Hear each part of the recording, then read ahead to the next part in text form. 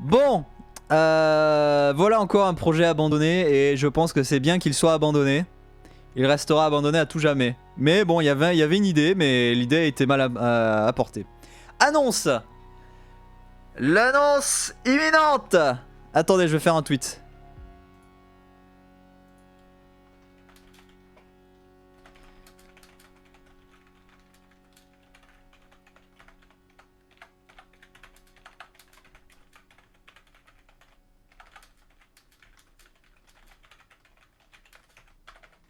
Si ça vous, je me désabonne. Ouais, bah, y a intérêt.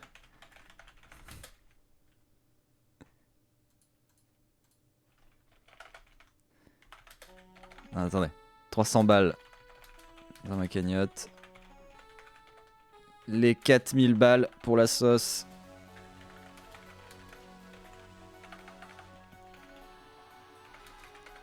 On vit une époque.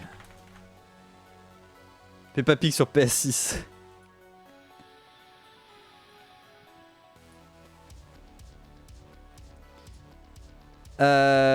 Lilia qui me suit sur Twitter, ah bah c'est pas trop tôt, j'ai envie de dire. Faut pas tweeter, faut faire des stories. Bah non. Bah, si vous voulez que je fasse du Instagram, c'est plus loin. Hein. Attendez, ça arrive, vous inquiétez pas, ça arrive. Il faut juste que j'aille le chercher sur YouTube. Je pensais déjà, ouais, c'est ce que tout le monde dit, ouais. Ouais. Je note. Je note.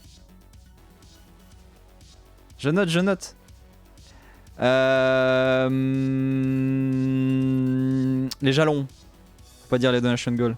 C'est les jalons. Je mets à jour les jalons. Hop. Attention, à prochaine étape, 50 balles, j'arrête le speedrun. Hein. Mais à 400 balles, j'ouvre un Instagram. Hein. Je dis ça, je dis rien. Hein. Et à 500 balles, on tryhard Fall Guys pour le platine. Voilà, c'est les prochains paliers. C'est les prochains paliers là, ça va tomber. J'espère, peut-être. Merde, j'étais sur YouTube. Ah, j'ai raté. Pendant 3 mois. Bah oui, attends, j'ai pas que ça à faire. Hein. Attendez. Alors. Vous savez que ça fait longtemps. Comment faire 500 sans faire 350? Dommage. Speedrun Hollow Knight. Vous savez que ça fait longtemps, ça fait quand même un sacré bout de temps que je vous parle. Je vais mettre un message aussi sur Discord. Je vais vous faire râler. Non, Discord je le ferai après. Voilà, ils avaient qu'à être là. Ça fait des mois. Ça fait des mois que je vous parle d'un projet de série sur les succès trophées qui s'appelle 100% un succès. Vous savez que ça fait des mois que je vous en parle. Ça fait des mois. Bonjour et Hop, vous avez rien entendu. Bah maintenant vous le savez. Ça fait des mois, j'écris. Le finisher a pour but de créer une série de vidéos qui s'appelle 100% un succès, dans lequel je parle de toutes mes complétions de jeu et des trophées et succès en général. Et ça fait des mois que je vous dis, j'y travaille. On a tourné, on a parlé de FF15, on a des futures vidéos que j'écris sur Outer Wilds, sur plein de jeux. Et du coup, pendant les dernières semaines, j'ai bourré. Mais j'ai bourré. J'ai bourré comme un ouf. J'ai fini la première vidéo. Et du coup, ce soir, sort la première vidéo de la série de 100% succès. C'est le premier épisode qui sort enfin. Enfin. Tout fini. Je fais enfin démarrer cette série de vidéos. Et du coup, en exclusivité, le premier épisode qui sortira après sur YouTube. Parce qu'il est déjà prêt. Et donc, bah voilà. Découverte pour vous en direct du premier épisode de 100% un succès. première vidéo que je fais en montage. Non, Papé serait sorti la semaine prochaine du coup. Peut-être. On est des rats, ça me tue. Tu peux retirer le palier, arrête de dire la speedrun. Mais non, mais voilà, oh, tout de suite. Allez, je vous laisse profiter. Bonjour et bienvenue dans 100% un succès, l'émission qui va vous parler complétion, succès et platine. Avant de démarrer, oui, je sais, les succès, ça ne sert à rien. Tout comme acheter une belle voiture, manger des plats raffinés, regarder un match de foot, changer le papier peint des chiottes, ou acheter une collection complète de goodies dans une vitrine. Cela reste avant tout un plaisir personnel. On peut prendre plaisir à faire un jeu, mais aussi à le compléter à 100%. Ou ne pas aimer un jeu et prendre plaisir à le finir pour justement dire à ce jeu-là « Je t'ai eu, jeu de ces morts, tu m'auras pas ce jeu mental, je suis plus fort que toi, t'as compris? Plus fort !» Et coucou Sifa. On sait bien que la plupart des succès servent à rajouter de la durée de vie artificielle. Mais justement, quand vous avez adoré un jeu, passer plus de temps dessus est agréable. Pour certains, c'est aussi un plaisir de complétion. Tout comme finir un bouquin qui traînait dans votre bibliothèque depuis 5 ans, quoi. D'après une recherche de 2017 de l'Electronic Entertainment Design and Research, certains joueurs étudient même les succès avant leur achat. En effet, les jeux proposant des succès rapportent 50% de profit de plus que ceux qui n'en proposent pas. Puis, si vous n'êtes pas d'accord, de toute façon, vous pouvez ne pas vous abonner, ne pas cliquer sur la cloche, ne pas regarder la vidéo et laisser un pouce rouge. Non, ne laissez pas de pouce, tout court, ce sera plus simple.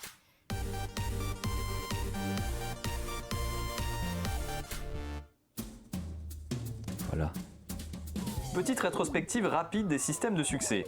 Si l'on regarde assez loin dans le passé, c'est à Activision que l'on devrait le premier système de récompense à succès. En effet, en 1982, Activision fournissait dans ses jeux des instructions pour battre des scores et vous envoyait par courrier un patch ou badge du même acabit qu'un badge. C'était dégueulasse, hein. Bon, ça a duré qu'une année, mais ce système de complétion récompense était déjà là. Puis d'autres jeux sont arrivés en incluant des petits challenge bonus comme Emotion sur Amiga en 1990 par exemple.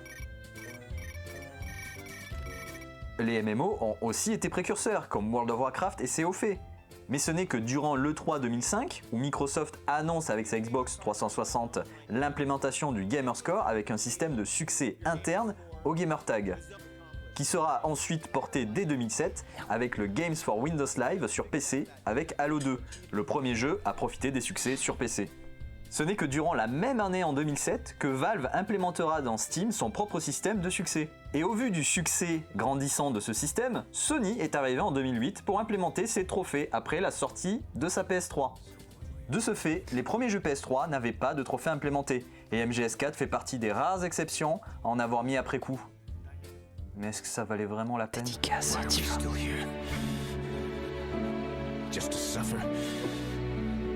Every night, I can feel my leg and my arm.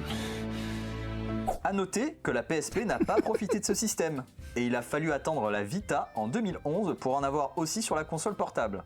Depuis, Apple, Android, les Windows Phone et même Amazon Kindle proposent des systèmes de succès liés à un compte. Et on peut noter qu'aux abonnés absents, nous avons Nintendo, ce qui peut s'expliquer par une volonté de Nintendo à vouloir toujours s'axer sur la famille et non le challenge. En tout cas, Nintendo n'a pas l'air d'être pour l'implémentation, car brisant l'immersion dans le jeu.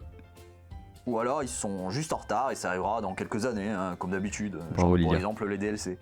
J'avais déjà fait il y a quelques temps en live une tier list des jeux que j'avais fini à 100%, ou du moins avec un trophée platine. Et je les avais rangés de cette manière, et c'est comme ça qu'on rangera les futurs jeux que je vais compléter. Ah bon, il y avait des succès? Ici c'est une catégorie où finir le jeu vous donne la complétion à 100%. Les succès ou trophées là-dedans sont uniquement des trophées de chapitrage. Donc quand vous avez fini le jeu, vous avez tout. Les jeux Telltale Game en sont le parfait exemple. Un peu d'exploration endgame et ça passe. Ici il ne vous reste plus qu'une quête ou deux à finir pour le 100%, ou alors un New Game Plus pas très long, ou alors via une sélection de chapitres. Avec un guide, ça passe tranquille. Quelques succès obscurs ou un chemin particulier à prendre, des collectibles bien cachés mais pas abondants. Ce serait un vrai calvaire si on n'avait pas un guide, mais là, en le suivant de A à Z, ça se fait bien. Équilibre parfait entre temps passé et difficulté. La catégorie du Saint Graal, on va pas se le cacher. Ici, le jeu est long mais pas trop, de la difficulté mais bien dosée, et un guide n'est pas nécessaire. Les succès sont explicites, ils vous demandent un peu d'implication mais pas jusqu'à vous repousser dans vos derniers retranchements. On sort soi-même du jeu avec un 100% et le sentiment du travail bien accompli. Faut souffrir un peu. Le jeu a presque un bon équilibre, mais demande une implication assez poussive. Un New Game Plus sans nouveauté, des allers-retours incessants, une liste longue comme le bras de collectables, et un mode hardcore pas toujours nécessaire. Bref, on sent la boule au ventre arriver. On n'est pas loin du SM, mais le plaisir est là. Des challenges poussifs, de longues heures à répéter la même action, un nombre incalculable de fois pour finir le jeu, et du farming! Mais on aime quand même le jeu un minimum pour s'infliger tout ça. Doigt dans le cul, et t'as intérêt d'aimer! Tout est dans le nom. Prenez les galères des précédentes catégories, les boucles de gameplay, finir le jeu un nombre calculable de fois, le farming, et sans un guide, vous y passez 400 heures. Le craquage est complet. Le craquage est complet.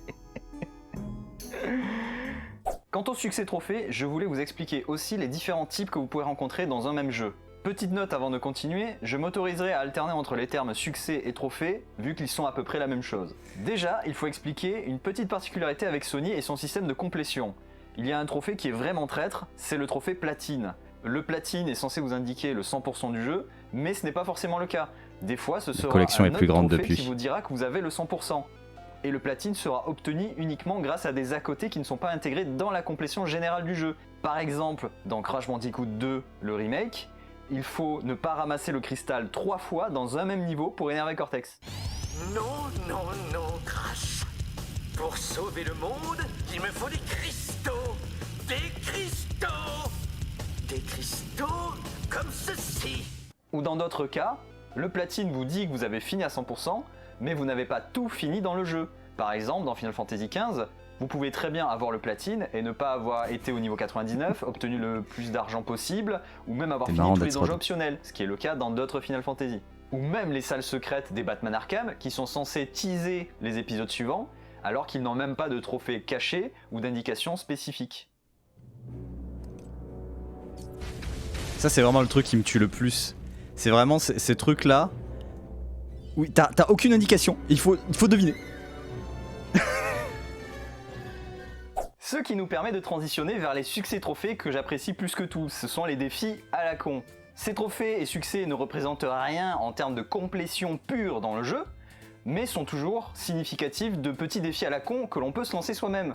Par exemple, faire 5 combats d'affilée sans se soigner, ou alors faire un chapitre complet sans utiliser de magie. Dédicace Mais FF7. ça peut être aussi une bonne occasion pour les développeurs d'aiguiller les joueurs vers des petites salles cachées, des easter eggs ou des animations spéciales que les joueurs peuvent peut-être rater car rien n'indique leur existence. Par exemple, dans Crash Bandicoot 3, oui, désolé, je cite souvent Crash, il y a une animation spéciale pour le singe dans les mondes égyptiens.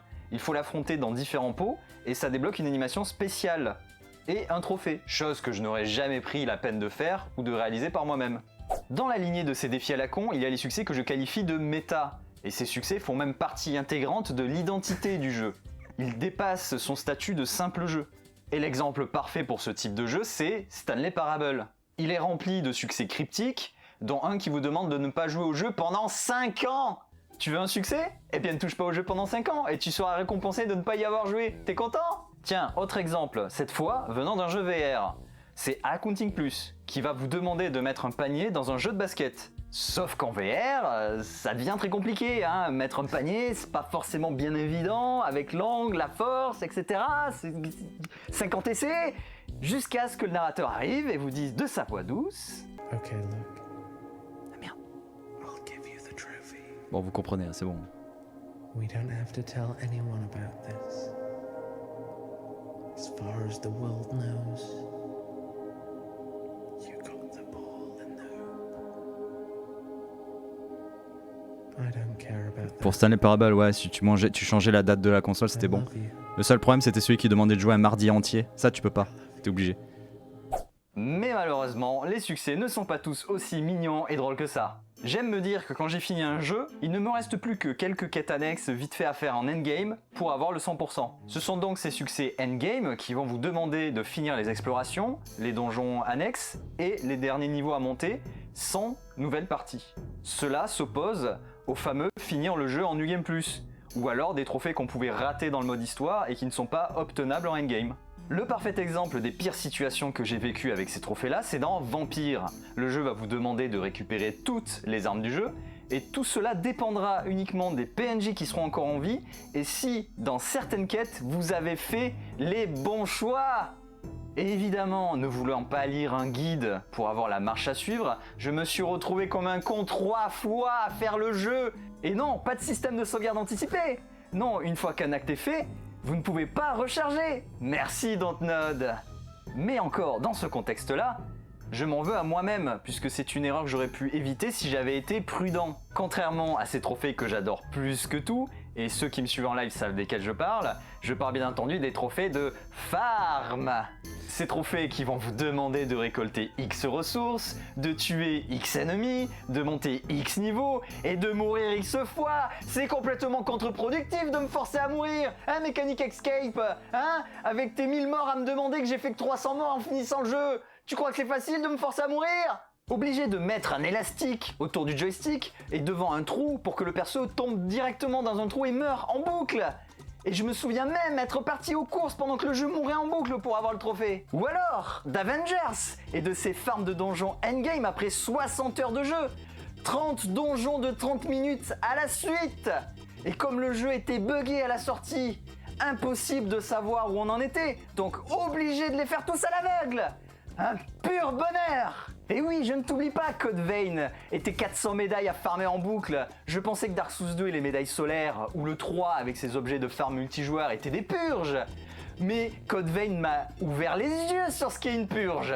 En soi, ce qui est frustrant avec ces succès-là, c'est qu'ils ne sont pas très difficiles. C'est juste qu'ils me mettent réellement dans un état de mort intérieure. J'ai genre cette boule au ventre qui me dit que je suis en train de faire la même séquence en boucle bêtement, et ça ne met aucun challenge à l'épreuve à part mon endurance. Et je trouve ça même pire qu'un boss qui demande beaucoup de maîtrise comme dans un Dark Souls. Ou Yozora dans Kingdom Hearts 3 Remind. Time to end this. Ah, tant qu'on y est, autant finir avec les meilleurs de tous, les trophées multijoueurs. Ces trophées peuvent vraiment cumuler tous les différents types précédemment cités de trophées. Avec par exemple Team Fortress 2, qui en est à un stade où il contient un trophée qui demande de faire une conga avec 12 autres joueurs. Et je vous laisse imaginer le bordel que c'est pour organiser avec 11 autres joueurs, ennemis compris, une ligne de conga complète. On pourrait donc penser que le plus énervant pour ces trophées-là, c'est qu'on est dépendant des autres joueurs qui n'ont pas forcément le même objectif que nous. Certes, c'est un facteur important de ma haine envers ces trophées-là, mais la pire raison qui me fait détester ces trophées, elle n'arrive que très récemment. C'est la fermeture des serveurs. Car oui, comment faire un 100% avec des trophées multijoueurs quand les serveurs sont fermés? Du coup, les 100% et les platines deviennent impossibles. Encore, pour un jeu multijoueur, on se dit c'est pas grave, mais si à l'époque on n'avait pas eu le temps de le finir, on se retrouve avec un pourcentage incomplet. Et les jeux solo contenant du multijoueur? Par exemple, je n'ai jamais pu platine Batman Arkham Origins sur PS3. Pourquoi? Parce qu'il faut monter son personnage au niveau max en mode multijoueur. Donc même si les serveurs restent disponibles, les joueurs ne le sont plus. Ou allons plus loin avec Darksiders 2 sur PS3. Le platine est devenu impossible. Pourquoi? Parce qu'il n'y a qu'un seul trophée en ligne. Et il demande quoi? D'offrir un objet à un ami. Et les serveurs sont down. Donc c'est devenu impossible. Au top! Et oui, c'est drôle hein. Bien. Je me rends compte qu'il y avait beaucoup de choses à dire et encore beaucoup d'autres à venir. Mais ce sont des choses que l'on pourra continuer en live ou en vidéo de discuter. Mais mon objectif est d'avant tout vous partager ma passion pour la chasse aux trophées, succès, et de vous faire comprendre qu'on peut tous y trouver notre compte avec un plaisir plus ou moins intense. Pour les prochains épisodes, je vous ferai découvrir les jeux que j'ai accomplis à 100% ou platinés, et vous expliquerai s'il vaut mieux les tester, juste les finir, ou les compléter à 100%. Je serai un peu votre conseiller. Mais n'oubliez pas que ce sont avant tout mes goûts personnels. Donc, un jeu auquel j'ai peut-être joué qu'une dizaine d'heures, vous adorerez peut-être y jouer plus de 100 heures. Même s'il m'est déjà arrivé de passer des heures sur un jeu que je n'aime pas par pure vengeance personnelle. Mais bon, ça c'est parce que je suis un con têtu. Bon, ça... Sur ce, des bisous et à la prochaine.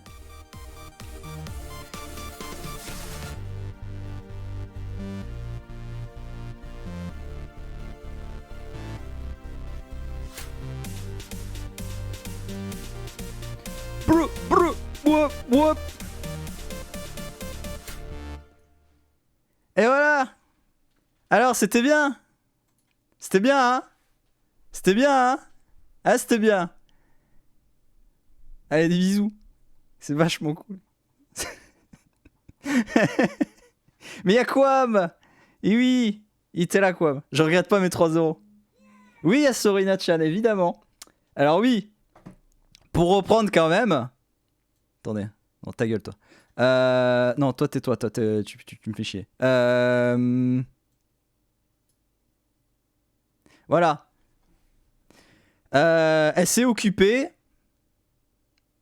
Hop. Voilà, elle s'est occupée de ça en fait. Sorina m'a dessiné les coupes, les différentes coupes des différentes catégories de jeux dans lesquelles je les classerais. Je lui avais demandé, je lui ai dit, comme elle aussi est très complétionniste, je lui ai dit, bah écoute, vu que t'es complétionniste, tu comprends quand même le truc, et que j'aime bien tes dessins, je me suis dit, bah j'aimerais faire des petits sigles, des petits symboles en fait qui représentent les différentes catégories des jeux dans lesquels je les classerais. Et je lui dis, bah j'ai une idée, en fait, j'aimerais faire une petite coupe, mais c'est tout le temps la même. C'est genre le petit, la petite mascotte, quoi. Et je lui dis, bah écoute, voilà, j'ai plein de paliers, et je verrais bien tel dessin, en fait, sur chaque palier. Et du coup, elle s'en est occupée, voilà. Donc je suis très content que Tsurena ait pu me faire ces dessins de coupe. Pardon, elle était sympa, manque de bière. Ouais, non, c'est pas le même délire. Ça sert à ça, les sales gratos, je suis du délai. Non, ça a pas servi qu'à ça. Mais effectivement, ça m'a permis de rencontrer Sorina, et effectivement, on s'est bien entendu, et on a gardé contact. Voilà. Et voilà. Pas de choses de plus à dire, en fait. Et qu'est-ce qu'il y avait d'autre ? Oui, et la musique que vous entendez là, au début, là, ici. Laissez pas de pouce, tout court, ce sera plus simple. Tout ça là, c'est une musique que Grushkov m'a effectivement composée spécialement pour l'émission. Donc c'est un peu le générique officiel de l'émission. Voilà. Et pareil, le logo de l'animation, je vous l'avais déjà montré plusieurs fois, mais effectivement, j'avais passé commande pour des animations de générique d'introduction comme ça.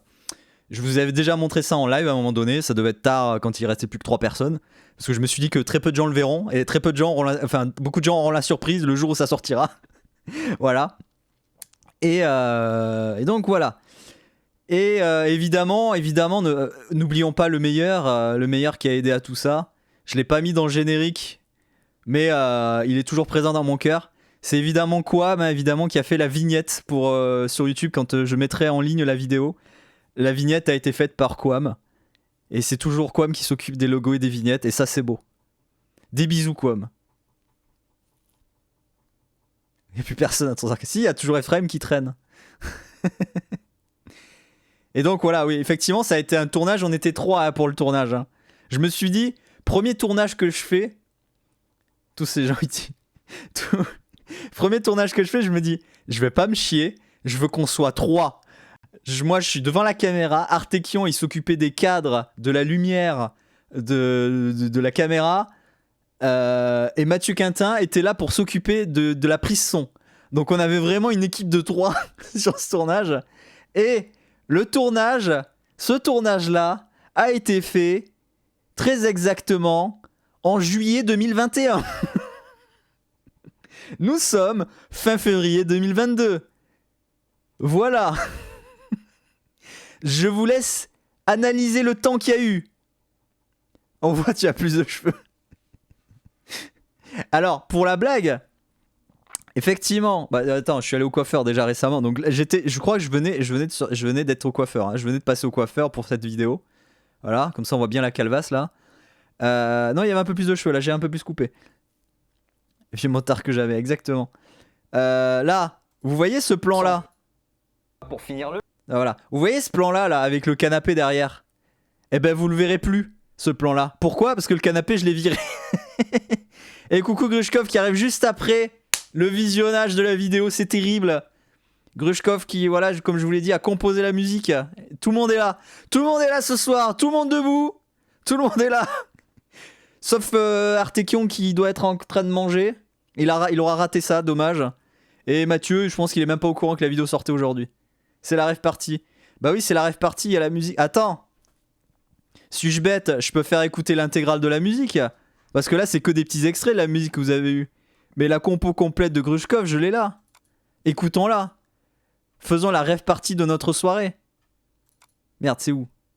C'est ça, c'est celle-là. C'est celle-là. Mais si, Grushkov. Oh putain. C'est bon. Cherchez pas un Netsrod.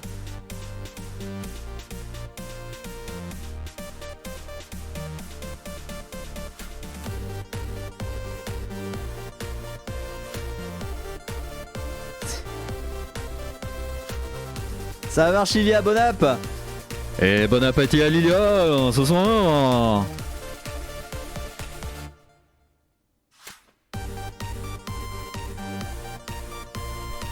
Moi je m'éclate comme un ouf sur la musique à composer Grushkov hein.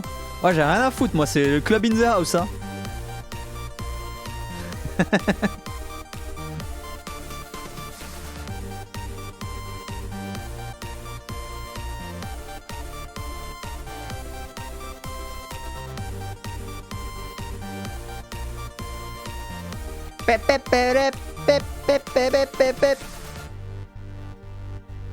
Puis ce petit extrait là, quand je l'ai entendu, je me suis dit c'est bon, c'est le générique de fin, c'est obligé. Et du coup, allez hop, ça va un générique de fin tout ça. Et c'est parti, la soirée mousse. C'est pas fini ce soir. Voilà. Voilà. Donc l'annonce incroyable, la voilà, c'est fait. J'espère que ça vous a plu en tout cas et que n'hésitez pas quand ça va sortir sur YouTube de juste cliquer pour mettre la vue parce que là vous avez été 25 quand même à la regarder. C'est 25 vues qui ne seront pas comptabilisées. Je suis quelqu'un qui aime les chiffres évidemment, donc si vous pouvez faire monter la canette aussi à 8 millions, ça m'intéresserait beaucoup, merci. Mais voilà, donc prochaine étape de cette série de vidéos en tout cas, c'est vraiment un test. Parce que là le problème avec cette vidéo, le problème de cette vidéo ça a été tout le problème que j'ai eu à l'écriture, c'est que c'est une vidéo introductive où je présente vraiment tous les termes, toutes les classifications que je vais utiliser.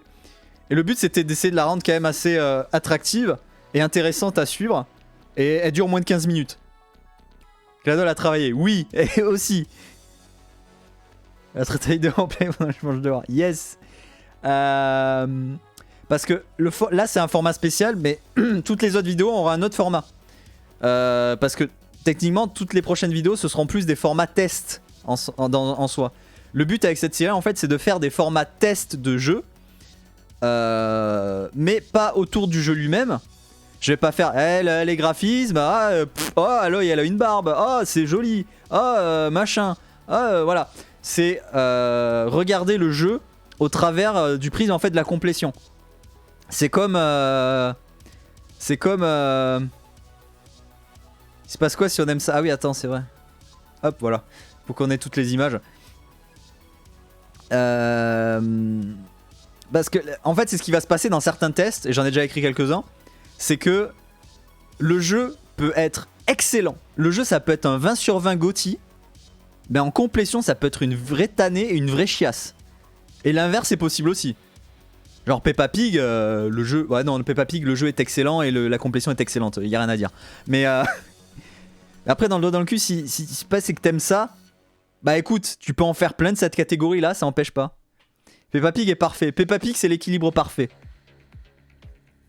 Non, en vrai Peppa Pig... En vrai Peppa Pig c'est chaud à caler hein. C'est chaud à caler mais j'ai presque envie de le mettre en équilibre parfait à Peppa Pig hein.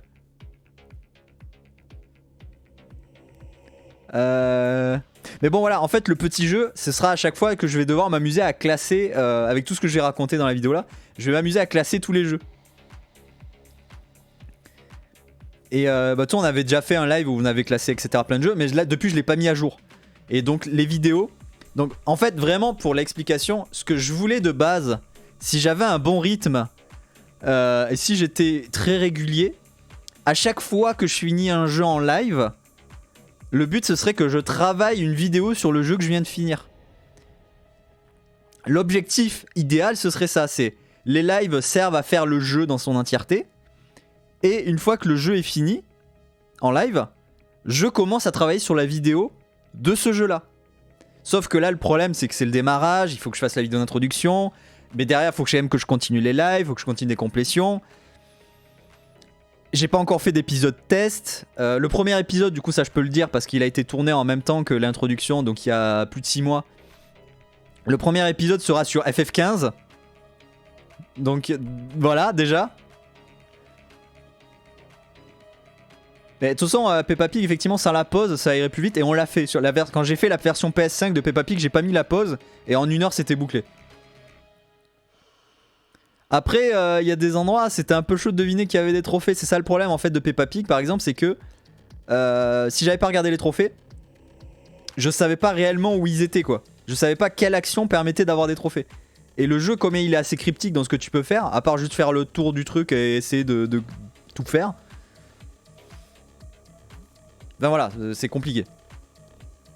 Et quoi dire de plus? Mais oui, effectivement, si j'arrive à tomber dans un rythme régulier, vous arriveriez à avoir vraiment un live sur un jeu, quelques semaines après, une vidéo sur le jeu, et ainsi de suite. Le problème, c'est qu'effectivement, vous avez vu, les lives, je peux finir plein de jeux très vite, mais la vidéo, ça se fait pas en 2 jours, quoi. Go la vidéo FF pour le payer l'année prochaine. Ouais, non, en vrai, le FF15, maintenant que j'ai fini ça là, je vais m'y mettre très rapidement sur la vidéo de FF15. J'ai les rushs, il faut que je dérush. J'ai la musique j'ai la musique du générique, j'ai le générique, j'ai les dessins de coupe faits par Sorina là, qui sont à l'écran. J'ai tout. Maintenant, en fait, le problème, ce qui me ralentissait dans la production des vidéos, c'était que déjà, j'ai jamais fait de montage vidéo. C'est mon premier montage vidéo. Hein.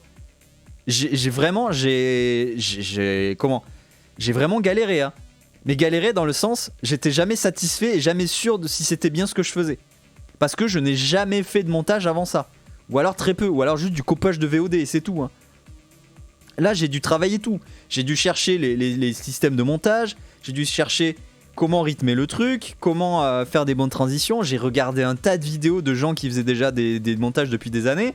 Je me suis dit, je vais m'inspirer un peu de ça, je vais faire un truc comme ça, je vais faire ça, mais est-ce que ça passe bien? Est-ce que j'ai assez laissé respirer? Est-ce que j'ai assez d'extraits? Est-ce que c'est pas trop chiant? Permanence, ça faisait des semaines entières que je faisais ça, quoi. Et vraiment, j'en pouvais plus.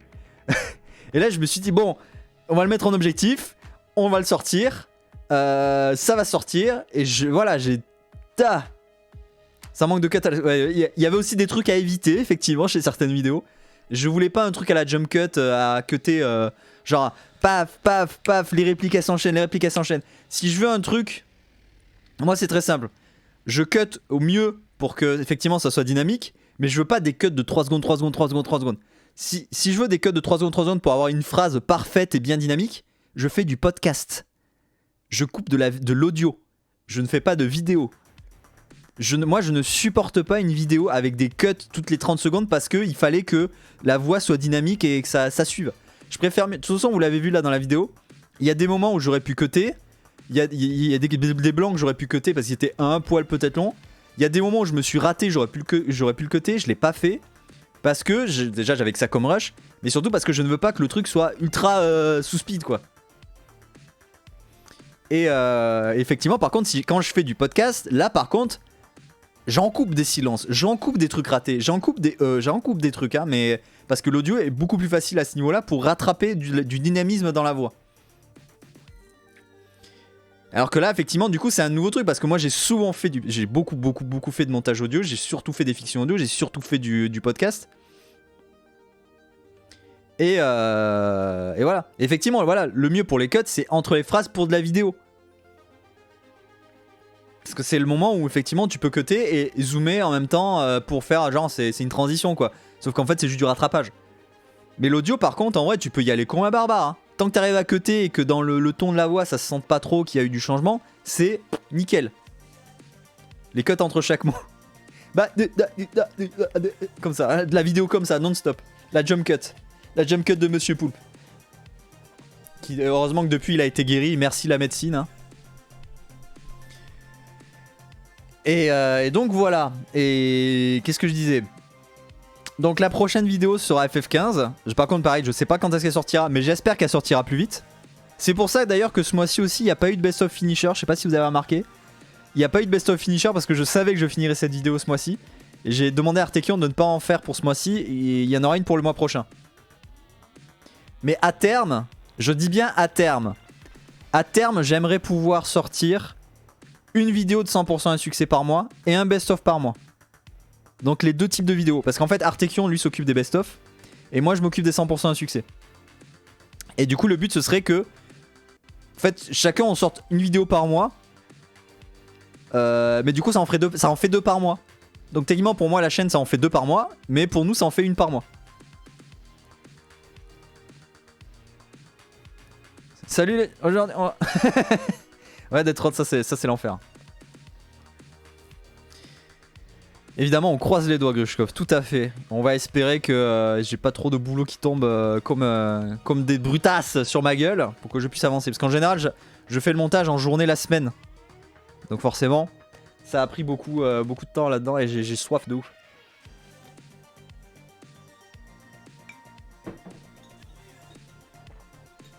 Mais voilà. Ah la vache. J'ai beaucoup parlé. Et ça fait 8h30 qu'on est en live. Bon. Bah c'était sympa. Hein. Alors est-ce que vous voulez, avant de reprendre 4 quests, ou peut-être... Ah non, avant d'aller manger je pense. Avant de partir manger. Je sais pas si les autres sont en train de manger. Attendez, je vais poser juste une question parce que je sais pas si les autres sont en train encore de streamer ou de manger. Je vais regarder tout simplement sur Twitch en fait, je suis bête. Suis-je bête? Suis-je bête? Twitter, c'est là. Twitch. Confond tout le gars. Ça me permet de sortir la vidéo proprement aussi. On a Carnival qui est en stream, on a Demores qui est en stream, on a Erika qui est en stream, il y a... Et voilà. Ok, donc je pourrais partir manger vers 21h. Ça fait du Fortnite pendant une heure. Bah, si vous voulez que je fasse du Fortnite pendant une journée complète, je sais plus quel palier c'est. Mais voilà. En tout cas, dans 50 €, on arrête le speedrun. Mais après, derrière, il y a des jolis paliers. Je rappelle, il y a des jolis paliers derrière. Donc, comme je disais, allez, on déterre un dernier projet de Saga MP3 abandonné. Ce sera que le 3ème, alors que j'en avais prévu que un. Je suis quand même généreux. Et après ça, pause manger. Et on reprend après 4 quests. Jusqu'à minuit. Le dernier délai pour la cagnotte. Je vais y arriver. Voilà. Allez. On revient sur cet écran là. Je sortirai la vidéo tout à l'heure pendant que je mange.